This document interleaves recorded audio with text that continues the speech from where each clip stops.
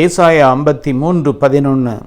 அவர் தமது ஆத்தும வருத்தத்தின் பலனை கண்டு திருப்தி ஆவார். என் தாசனாகிய நீதிபரர் தம்மை பற்றும் அறிவினால் அநேகரை நீதிமான்கள் ஆக்குவார். அவர்களுடைய அக்கிரமங்களை தாமே சுமந்து கொள்வார். அன்பான நண்பர்களே, உங்களுடைய பாவமும் அக்கிரமங்களும் ஆண்டவராகிய இயேசு கிறிஸ்துவினால் கல்வாரி சிலுவையிலே சுமக்கப்பட்டு ஆயிற்று.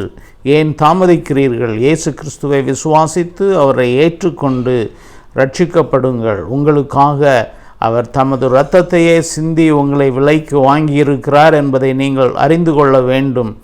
நாட்கள் கடந்து போகிறது. அவர் வரும் நேரம் எப்பொழுதும் இருக்கும். எந்த வினாடியும் நடக்கலாம். ஆனபடியினாலே தாமதிக்காதபடி உடனே அவரை கூப்பிடுங்கள்.